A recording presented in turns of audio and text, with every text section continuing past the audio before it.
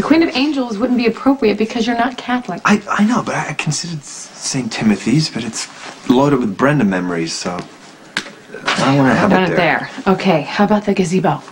That's where you married Courtney. Well, I mean, we should decide soon before the kid's old enough to drive himself to the casino. I think so.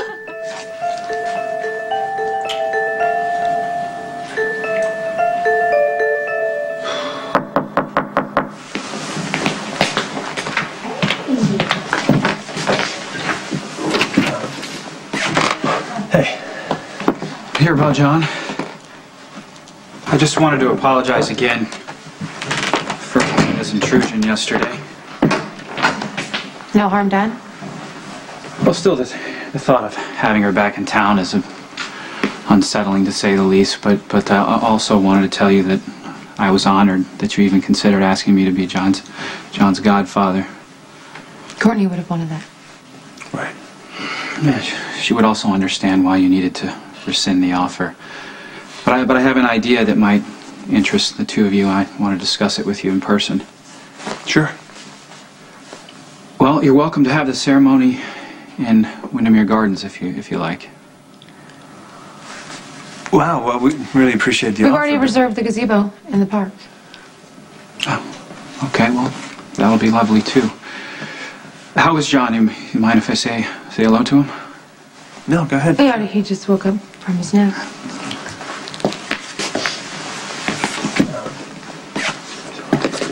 Hey, bud, how you doing? About to have your christening, you know that? Hmm? Your mom would be really proud of you. Here. Listen.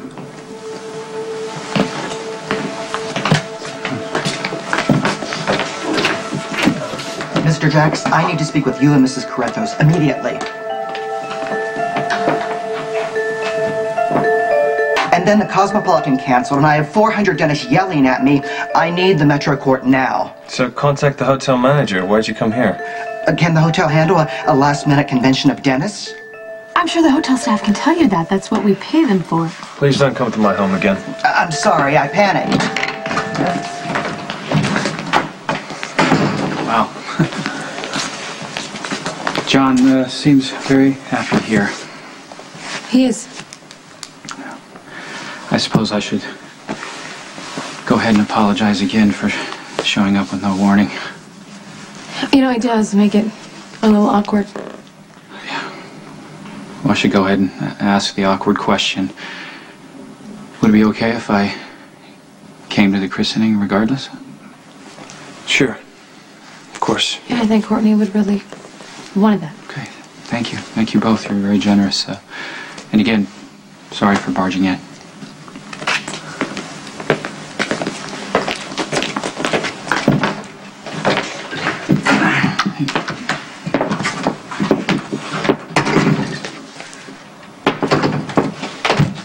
Okay, so he obviously feels entitled to show up whenever the hell he wants to.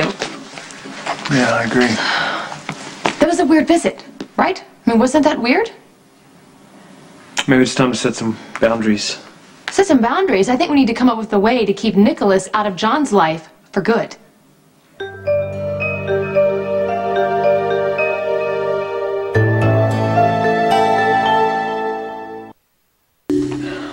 We've agreed to keep the truth from Nikolas. Why does it still feel so unresolved?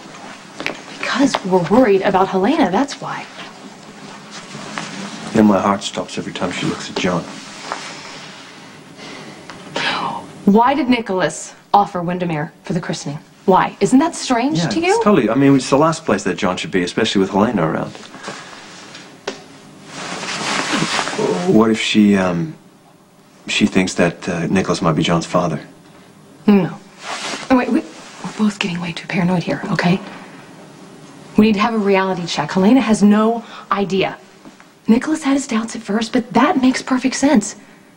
Look, he doesn't have a shred of evidence. Nikolas has given up on the idea that John is his son. For good. You know, I don't know if it's fair to build your life on a lie. But I hope you'll know that I always have your best interests at heart. That's right. I hope you'll always believe that. You know, I have seen you with this child from practically the first day he was born. And all you've ever done is love and protect him. Yeah, and keep him away from his biological father. You are saving John's soul and possibly his life by claiming him as your son. That is something you need to be proud of. You need to let go of the guilt. You made your choices for good reasons, and you need to remember that, Jax. Yeah, you're an amazing woman. You really are. You're not the person I thought you were at all. Yeah, well, that goes for you, too. You know, there's so many things I want to know about you. Well, all you have to do is ask. Really? You sure? Yeah. Ask me anything you want. Okay. How do you really feel about you and me? Okay, so John is down for the count. Mm-hmm. And you're avoiding my question. Did you call the secretary? Yes. She's having the invitations hand-delivered now that we've decided where to have the christening. Good. You're still avoiding my question. I don't know how to describe how I feel about you. Okay. It's like taking the ladder to the high dive. You know, it's like when I lived in Florida and we would climb these rocks and dive down straight into the ocean. Like rock climbing. Or riding cross country, going over high jumps. It's quite thrilling. But you never look down. Right, no, I never look down. Just keep looking ahead and don't think too much. But hold on. But not too tight. I used to think I ruined everything I touched. And I did. You know, for the most part I did. But I'm not that awful person anymore. You bring out the best in me. You do the same for me. I like you. The more time I spend with you, I like you even more. I like myself when I'm with you. And you're easy to be with. I trust you. I don't know, I just want to enjoy this and see where it goes. It's that simple. That's why I like being with you. Because we live in the present. And we enjoy each and every moment. And that's all because of you.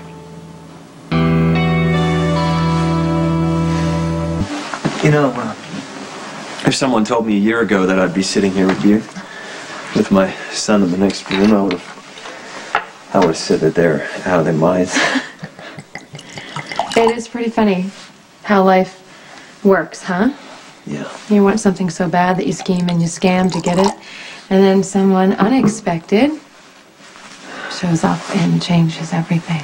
Yeah, like you did for me. And you did for me. It's funny how that works. Funny. You know, I said that I want to live in the present. But you can't help but wonder what happens next. If Nikolas finds out the truth, I'll lose John. I'm just wondering if that happens, if I'll lose you too.